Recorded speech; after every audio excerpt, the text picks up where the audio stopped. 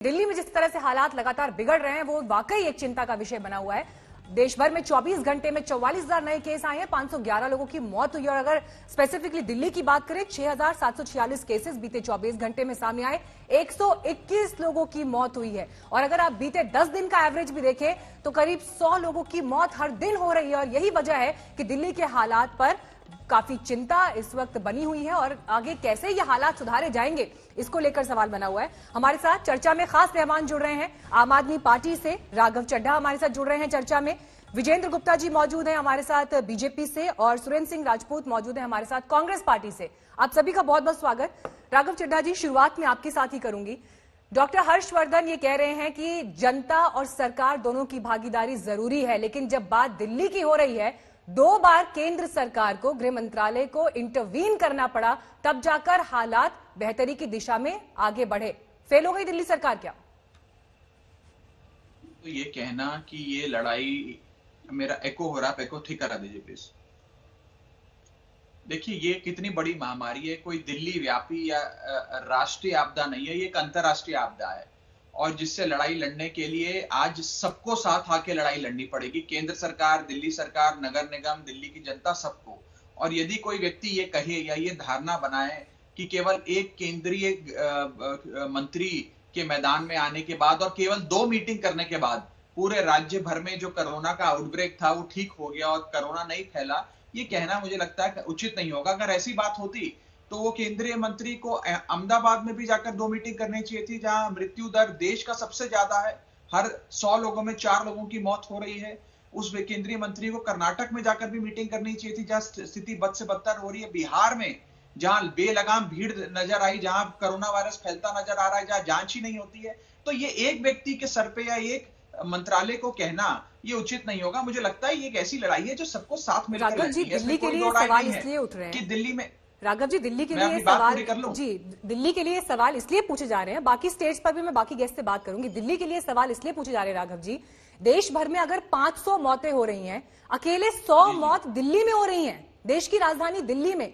और देखिए, चिंता का विषय यहां पर यह है कि ये संक्रमित तो 7,000 का एवरेज है, उनमें से 100 लोग डेली मर रहे हैं, उन्हें बचाया नहीं जा पा रहा है।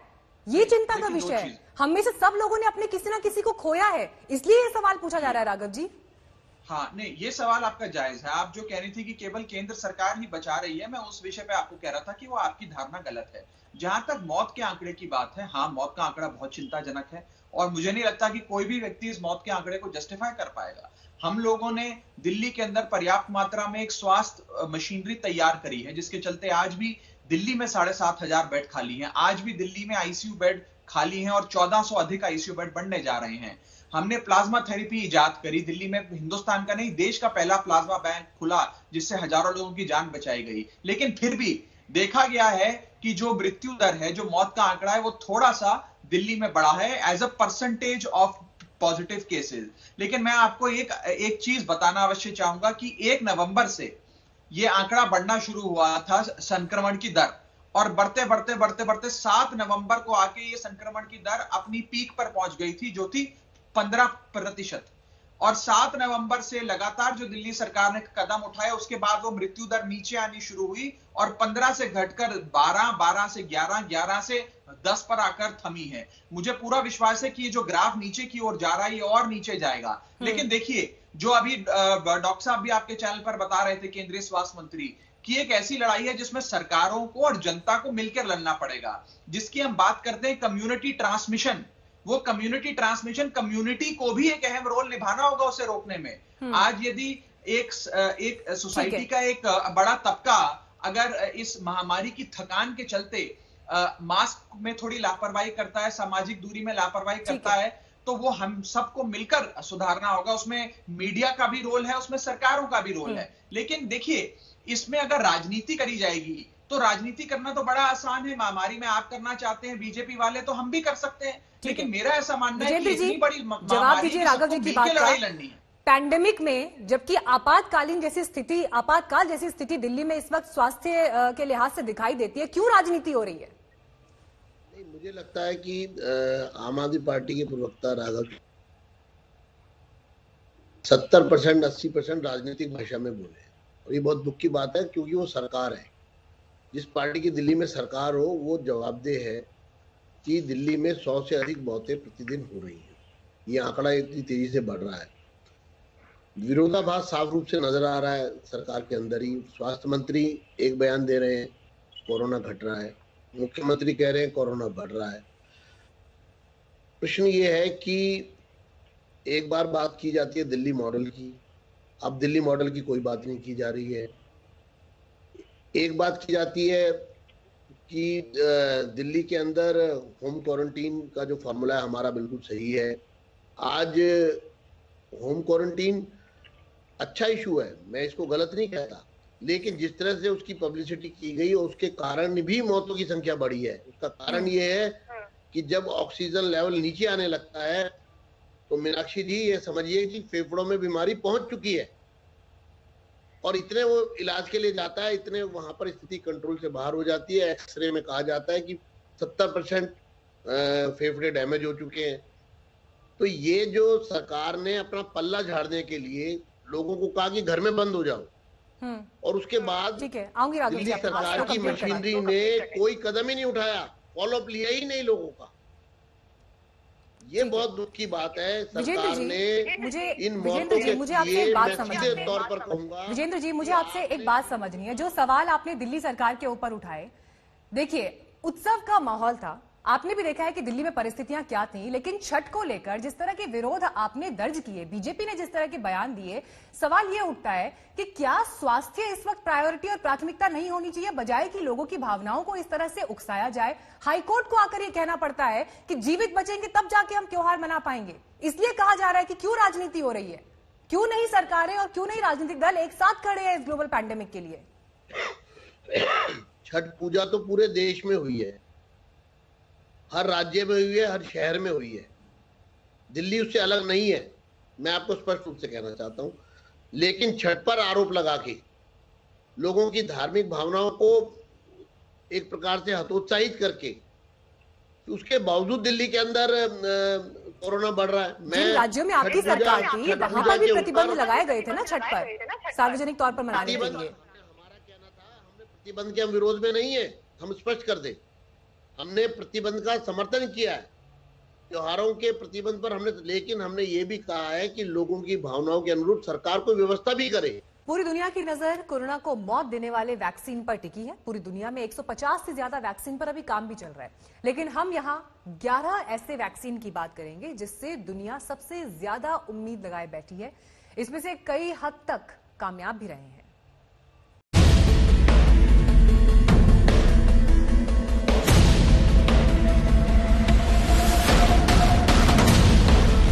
साथियों, जब तक इस महामारी की वैक्सीन नहीं आ जाती, हमें कोरोना से अपनी लड़ाई को रत्ती भर भी कमजोर नहीं पड़ने देना है।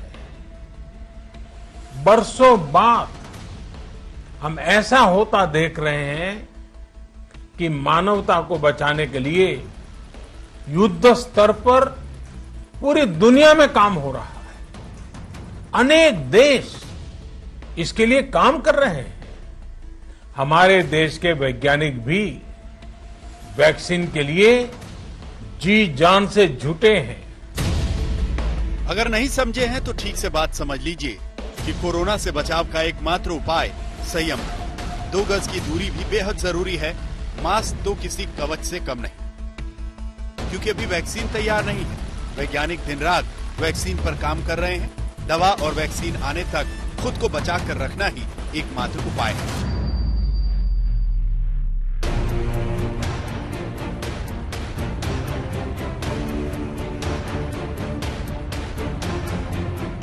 कोरोना वैक्सीन बनाने के लिए दुनिया भर के रिसर्चर कड़ी मेहनत कर रहे हैं। दुनिया में कम से कम 137 वैक्सीन पर ट्रायल चल रहे हैं, जिनमें से 48 वैक्सीन का ट्रायल इंसानों पर चल रहा है और कम से कम 89 वैक्सीन का ट्रायल जानवरों पर। कुछ प्रमुख वैक्सीन की बात करें तो अमेरिका की दवा कंपनी मॉडर्ना की वैक्सीन ट्रायल के तीसरे चरण में है और कहा जा रहा है कि ये 2021 की शुरुआत में आ सकती है। अमेरिकी कंपनी मॉडर्ना ने वैक्सीन ट्रायल के शुरुआती नतीजों के बाद दावा किया था कि वैक्सीन 95% तक कामयाब है। जर्मनी की बायोएनटेक, फोसन फार्मा और फाइजर की वैक्सीन का ट्रायल एक साथ दूसरे और तीसरे चरण में है। दवा कंपनी फाइजर ने अपनी वैक्सीन के 90% लोगों पर कामयाब होने की जानकारी दी है। अमेरिकी कंपनी मॉडर्ना ने करीब 30,000 लोगों पर वैक्सीन का परीक्षण किया है। वहीं फाइजर ने करीब 43,000 लोगों पर इस वैक्सीन को टेस्ट किया है। ब्रिटिश दवा कंपनी एस्ट्राजेनेका और ऑक्सफोर्ड यूनिवर्सिटी के वैज्ञानिक मिलकर एक वैक्सीन को विकसित कर रहे हैं। भारत में इस वक्त 5 अलग अलग जगहों पर कोरोना वैक्सीन के ट्रायल चल रहे हैं, जिनमें से 2 तीसरे और एडवांस स्टेज में हैं। भारत की जाइडस कैडिला की वैक्सीन फेज 2 में है। भारत बायोटेक की कोवैक्सीन का ट्रायल फेज 3 में है। If you see, close to about 5 vaccines are being tested in the Indian soil, and very soon we'll be finished with the third phase of the vaccine, and the results will be out.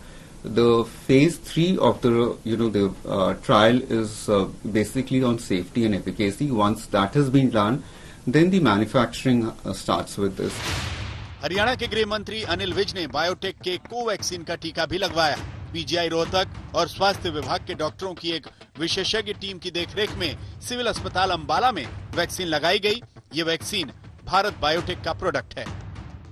देखिए, हिंदुस्तान के लिए ये बहुत गर्व का moment है कि हिंदुस्तान की कंपनी भारत बायोटेक ने आज सारा विश्व जिस कोरोना बीमारी से ग्रसित है उसके लिए वैक्सीन का निर्माण किया है। इसके 2 पहले सफल जो परीक्षण है वो हो चुके हैं और तीसरा और अंतिम परीक्षण आज शुरू होने जा रहा है।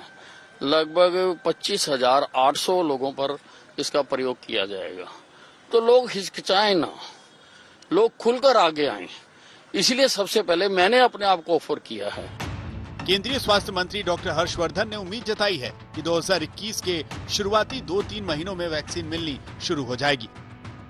देखिए, ये डेट देना बहुत मुश्किल है, लेकिन वैक्सीन के रिसर्च के मामले में भारत के वैज्ञानिक जो है दुनिया के वैज्ञानिकों की तरह बहुत अच्छी तरह से काम कर रहे हैं। जैसे उसके जो कामयाबी के रिजल्ट्स आएंगे तो देश के सामने उनको प्रस्तुत किया जाएगा। निश्चित रूप से अगले साल के अंदर वैक्सीन आएगा और अगले साल के शुरुआती महीनों में ही आएगा।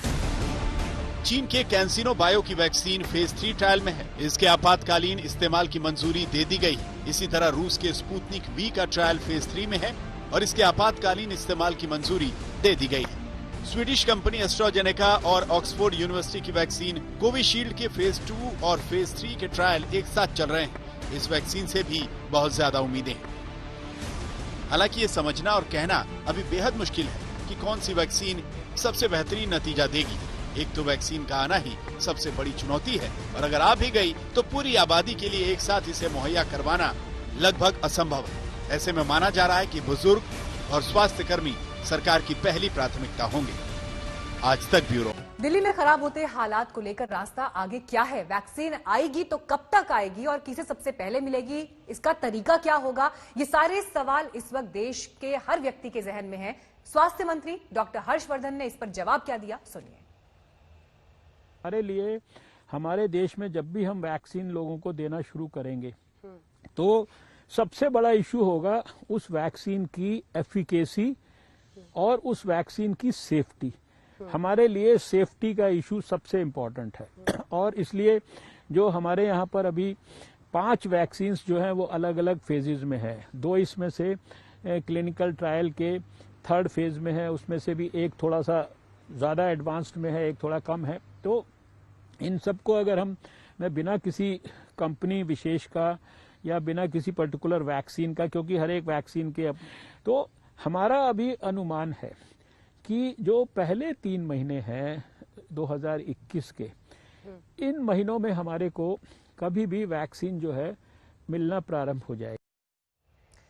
तो यहाँ पर स्वास्थ्य मंत्री ये भरोसा दिला रहे हैं देश को कि जल्द ही वैक्सीन को लेकर अच्छी खबर देश को मिल सकती है, लेकिन अब देखना यह है कि ये समय कब तक आता है। इस बीच जो हालात दिखाई दे रहे हैं जमीन पर वो बहुत अच्छे तो नहीं कहे जा सकते। तमाम मेहमान हमारे साथ जुड़े हुए हैं। सुरेंद्र राजपूत जी, आपको मैं यहाँ चर्चा में जोड़ना चाहूंगी।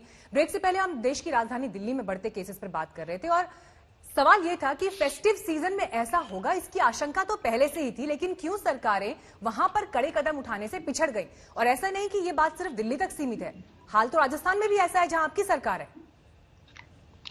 मीनाक्षी, थोड़ा समय दीजिएगा क्योंकि मैं तकनीकी कारणों से देर से जुड़ पाया।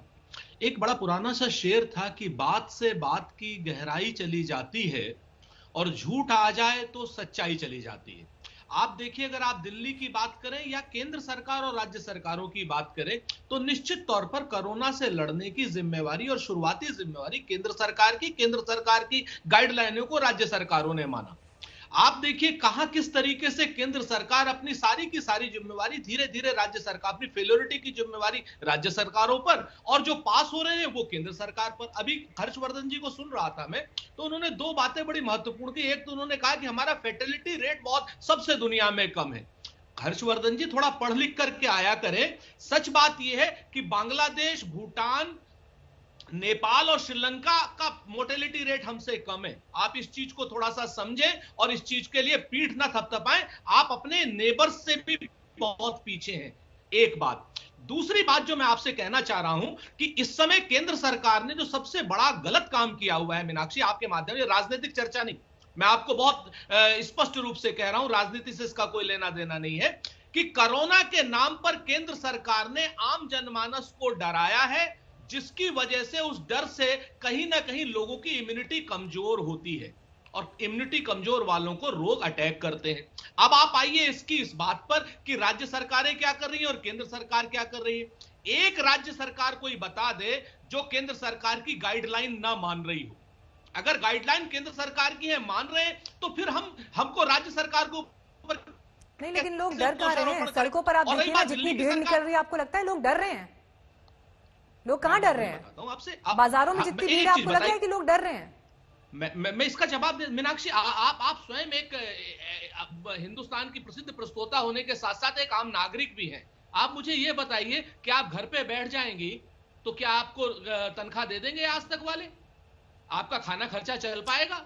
अरे सर, आप जो एनालॉजी दे रहे हैं वो कम से कम, जो तुलनाएं हम दे रहे हैं, कम से कम उन तुलनाओं का कोई अर्थ होना चाहिए। जो लोग आपको त्योहार के वक्त में बाजार में एक भीड़ के तौर पर दिखाई दे रहे थे बिना किसी प्रिकॉशन के, उनके मन में आपको कोई डर या गाइडलाइंस के प्रति ऐसा लग रहा था कि उनका रुझान है? सवाल यहाँ पर ये बनता है। विजेंद्र गुप्ता जी, ठीक है, विजेंद्र गुप्ता जी जवाब दीजिए। सुरेंद्र राजपूत ये कह रहे हैं कि केंद्र सरकार ने लोगों को सिर्फ डराने का काम किया, लेकिन जो कदम उठाने चाहिए थे उसमें सरकार चूकी है।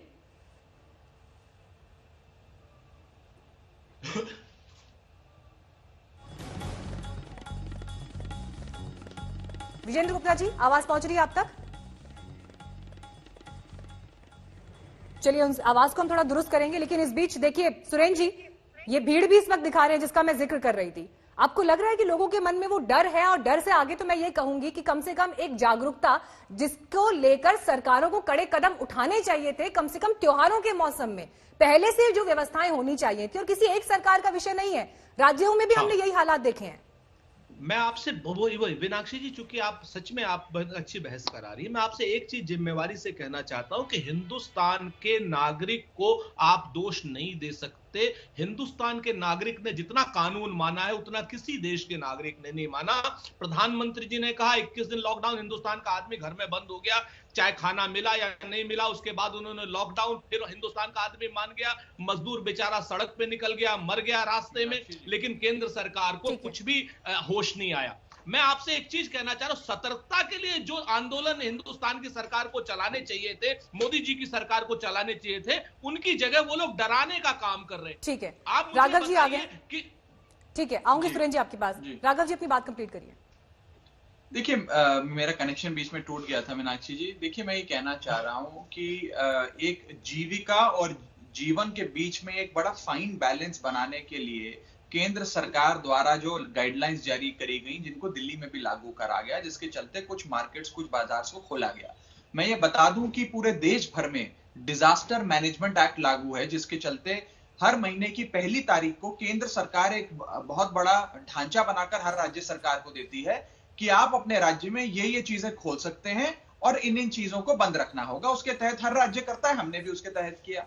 अगर आज ये देखा गया कि मार्केट्स में भीड़ है या कई जगह सामाजिक दूरी का पालन नहीं हो रहा या मास्क नहीं पहना जा रहा, तो राजनीतिक और प्रशासनिक हस्तक्षेप हुआ, जिसके चलते आज आप देख रहे हैं कि 500 से 2000 रुपए का फाइन कर दिया गया है मास्क ना पहनने का। मुख्यमंत्री जी ने तमाम मार्केट एसोसिएशन से मीटिंग करी है। हर जगह विधायक, मंत्री, पार्षद मिलकर आम आदमी पार्टी के, मैंने कल खुद अपनी राजेंद्र नगर विधानसभा की मार्केट्स में जाकर मास्क बांटे हैं। तो एक जागरूकता कैंपेन चला रहे हैं। लेकिन कहीं ना कहीं मुझे ऐसा लगता है कि चाहे वो अमिताभ बच्चन की कॉलर ट्यून हो, चाहे प्रधानमंत्री जी या मुख्यमंत्री जी का अवेयरनेस कैंपेन हो कि मास्क पहनना है, सामाजिक दूरी जरूरी है, फिर भी एक छोटे तबके में समाज के एक महामारी की थकान देखी गई, जिसके चलते थोड़ी लापरवाही हम सब में आई।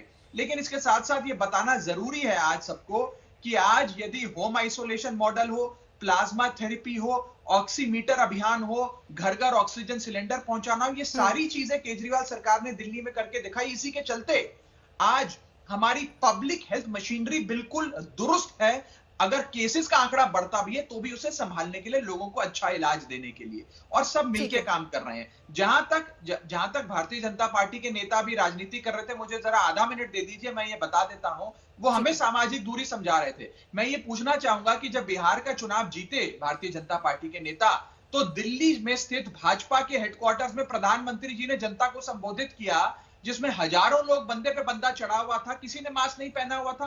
ये तो प्रधानमंत्री जी की खुद की सभा जो देश की राजधानी में हुई आज से विजेंद्र जी, पहले, ये बड़ा आरोप देखिए यहाँ पे राघव चड्ढा लगा रहे हैं। ये बड़ा आरोप है कि देखिए जनता को तो आप हर जगह से रोक देते हैं कि शादी में सिर्फ 50 लोग आएंगे, किसी की घर में मौत हो गई है तो उसमें देखिए लोगों को क्रिमेशन तक में जाने का नहीं मिल रहा है, आखिरी विदाई देने का अवसर लोगों को नहीं मिल रहा है, लेकिन किसी तरह के राजनीतिक कार्यक्रम पर तो कोई रोक नहीं थी। देखिए, स्पष्ट रूप से कहना चाहता हूं, ये सिर्फ राजनीतिक भाषा बोल रहे हैं, इसके आगे कुछ नहीं है। ऐसा किसी को लाया नहीं गया था, ना कभी लाया जाता इस प्रकार से ऐसे समय में, लेकिन उत्साह में अगर लोग आए हैं तो उसको कार्यक्रम को फिर बहुत जल्द समाप्त भी किया गया। मैं ये असली बात ये कहना चाहता हूं कि जब दिवाली पूजन पूरे देश में सब लोग अपने घर पे करते हैं, ऐसे समय में मुख्यमंत्री जी भीड़ के साथ सार्वजनिक स्थान पर कर रहे हैं, तो ये इस तरह आरोप प्रत्यारोप से बात नहीं बनेगी। इशू है कि हम कोरोना को दिल्ली में रोकने में सफल हो रहे हैं कि नहीं हो रहे। अभी कांग्रेस के प्रवक्ता ने बड़ी हास्यप्रद बात कह दी कि इम्यूनिटी कम हो जाती है, लोग डर जाते हैं। अगर सरकार कदम उठाती है, लोगों को समझाती है, लोगों तक कम्युनिकेट करती है, तो डेफिनेटली लोग उसको समझते हैं। ऐसा नहीं है, आज विज्ञापनों पर दिल्ली की सरकार का जोर ज्यादा है, लेकिन उसकी इंप्लीमेंटेशन पर सरकार की कोई नीति नहीं है। अभी जितनी बातें गिनवाई जा रही हैं यहाँ पर, वो विज्ञापनों में तो दिखाई देती है, लेकिन वास्तविकता में धरातल पर उनके इंप्लीमेंटेशन को लेकर के सरकार पूरी तरह से मैदान में नहीं है। ये मैं बहुत आत्मविश्वास के साथ आपके सामने ये बात रख रहा हूँ, और मैंने प्रैक्टिकली खुद महसूस किया है। दिल्ली सरकार के इंतजाम नाकाफी है, लोग दर दर की ठोकरें खा रहे हैं, परेशान हैं, पूरी तरह से घबराए हुए हैं, सरकार कहीं पर नजर नहीं आ रही है। ठीक है सुरेंद्र जी, आप अपना पॉइंट रखिए, फिर मैं राघव जी से जवाब दूंगी। हाँ, मैं विजेंद्र जी की एक ही बात का, मैं तो राजनीति नहीं कर रहा था, लेकिन इन लोगों की तो आदत है कि इस दौरे सियासत का इतना ही फसाना है और बस्ती भी जलानी है, मातम भी मनाना है। अगर दिल्ली में कोई चीज फेल हो रही है, दिल्ली की सरकार म्युनिसिपल कॉर्पोरेशन से ज्यादा नहीं है, मेरे शब्दों को मत वो कीजिएगा। दिल्ली की सरकार के 75% अधिकार केंद्र के पास है। विजेंद्र जी, आज की डेट में अगर दिल्ली में कुछ भी होता है तो जिम्मेवार होम मिनिस्ट्री है, क्योंकि कानून व्यवस्था को लागू करना, बाकी चीजों को लागू करना केंद्र सरकार का काम है, ये आप भूल जाते हैं। और जब आपके कार्यकर्ता आते हैं तो उत्साह की बात करते हैं, और जब दूसरों की कोई चीज होती है तो आप कहते हैं कमजोरी है। आप और केजरीवाल जी दोनों मिलकर के जो कबड्डी खेल रहे हो ना, गुम कबड्डी, एक दूसरे से मिलकर के, इससे काम नहीं चलने वाला है। लोग सुरेंद्र जी यहाँ पर दोनों पर ही आरोप लगा रहे हैं, आम आदमी पार्टी या फिर बीजेपी की सरकार, बीजेपी हो। लेकिन राघव चड्ढा जी, क्योंकि आप सत्तारूढ़ दल हैं दिल्ली में, मैं चाहूंगी कि क्लोजिंग कमेंट के तौर पर आप दिल्ली की जनता को ये बताइए कि कब आखिर दिल्ली में हालात बेहतर होंगे। 100 लोग अगर डेली मर रहे हैं, कब ये उम्मीद की जा सकती है कि दिल्ली कम से कम सेफ होगी, लोग ये उम्मीद करके अस्पतालों में जा पाएंगे, उनको बेड्स मिलेंगे, स्वास्थ्य सेवाएं मिलेंगी?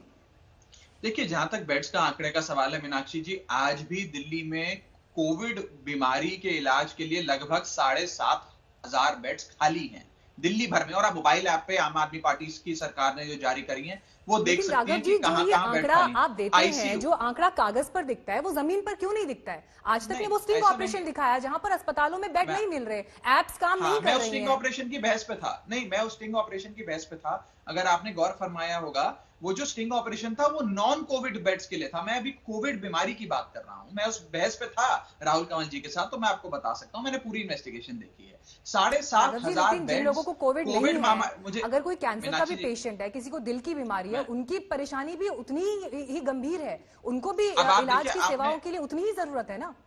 अब आपने 3-4 सवाल पूछ लिए, मुझे समय दीजिएगा, नहीं तो ये बहस निष्पक्ष नहीं कहलाएगी। पहली बात है कि जो नॉन कोविड बीमारियां हैं, चाहे कैंसर हो, ब्रेन हैमरेज हो, अन्य बीमारियां हो, उसके लिए दिल्ली भर के 800 से अधिक नर्सिंग होम और छोटे अस्पताल, यानी कि हर वो अस्पताल जिसमें 50 बेड या उससे कम की स्ट्रेंथ है, वो सारे बेड नॉन कोविड इलाज के लिए हैं, यानी कि इन सारी बीमारियों के लिए, अन्य बीमारियों के लिए। दिल्ली सरकार के कुल 25 अस्पतालों में से लगभग 17 अस्पताल केवल इन बीमारियों के लिए हैं। तो ये कहना कि उन बीमारियों के लिए बेड्स नहीं है, ये गलत है। हो सकता है कि आपके घर के पास वाला जो अस्पताल है, मान लीजिए कोई बड़ा नामी गिरामी अस्पताल है, उसमें सारे बेड्स फुल हो गए हों, लेकिन इसीलिए हमने मोबाइल एप्लीकेशन लगाई कि ताकि आप देख लें कि दिल्ली के कौन से कोने में बेड अवेलेबल है, आप वहीं जाकर अपना इलाज करा सकते हैं, आपको दर दर की ठोकर नहीं खानी। एक विषय।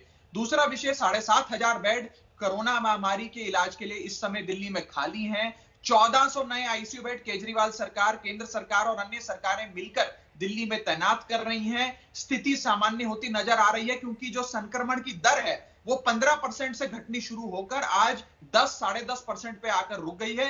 हमें पूरा विश्वास है कि और नीचे जाएगी। सामाजिक दूरी के लिए हमने प्रोटोकॉल्स भी बनाए हैं, फाइन का अमाउंट भी बढ़ाया है, 200 की गैदरिंग नहीं होगी, 50 की गैदरिंग होगी। कई सारे स्टेप्स केजरीवाल सरकार उठा रही देखिए है। राघव जी, जो आपने फाइन का ही जिक्र किया, उसी पर एक तस्वीर दिखा रहे हैं राघव जी इस वक्त हम, जहां पर सिविल डिफेंस के जो लोग मौजूद थे, जो नियमों का पालन करा रहे थे, जुर्माना वसूल कर रहे थे मास्क नहीं लगाने पर, गाड़ी उनके ऊपर ही चढ़ा दी गई है। आपको भी ये खबर मिली होगी राघव जी। ऐसी परिस्थिति में क्या होगा? देखिए, आप शो पे आने से पहले मैंने भी वो दृश्य देखे अपने फोन के माध्यम से। बहुत ही दुखद दृश्य हैं, और मैं हाथ जोड़कर दिल्ली वालों से अपील करना चाहूंगा कि जितने भी ये फ्रंटलाइन हमारे वॉरियर्स हैं, डॉक्टर्स हो, नर्सेज हो, पैरामेडिक्स हो, या फिर हमारे सिविल डिफेंस के कार्यकर्ता हो, जो बेचारे दिन रात बोर्ड लेकर खड़े हैं और आपको मास्क पहनने के लिए आग्रह कर रहे हैं, कृपया उनका सम्मान करें। वो फ्रंटलाइन वर्कर्स हैं, वो लोग हैं जो अपने सर पे कफन बांधकर रोज घर से निकलते हैं, ताकि हम सब दिल्ली वाले सुरक्षित रह बिल्कुल, ये बहुत जरूरी है कि इस बात को ध्यान में रखा जाए। चर्चा में मीनाक्षी जी फटाफट कंप्लीट करिए। मैं बस इतना कहना चाहूंगा, क्योंकि हमारे बीजेपी के मित्र ने एडवर्टाइजमेंट पे बात कही, मैं राजनीतिक बात नहीं कर रहा हूं। मैं बस इतना कहना चाहता हूं कि ये एक महामारी ऐसी है जिससे आज से पहले हम में से किसी ने लड़ाई नहीं लड़ी, हम जानते भी नहीं है। तो समय समय पर जनता को जागरूक करना बड़ा जरूरी है कि आरटीपीसीआर टेस्ट क्या होता है, एंटीजन टेस्ट कहां हो रहा है। राघव जी, देखिए कमी नहीं आनी चाहिए थी। दिवाली के बाद जो एक प्रोएक्टिव तरीका सरकार के बिहेवियर में दिखाई दिया, वो तो बहुत 15 दिन पहले होना चाहिए था, और उसी का अंजाम इस वक्त देश की राजधानी भुगत रही है।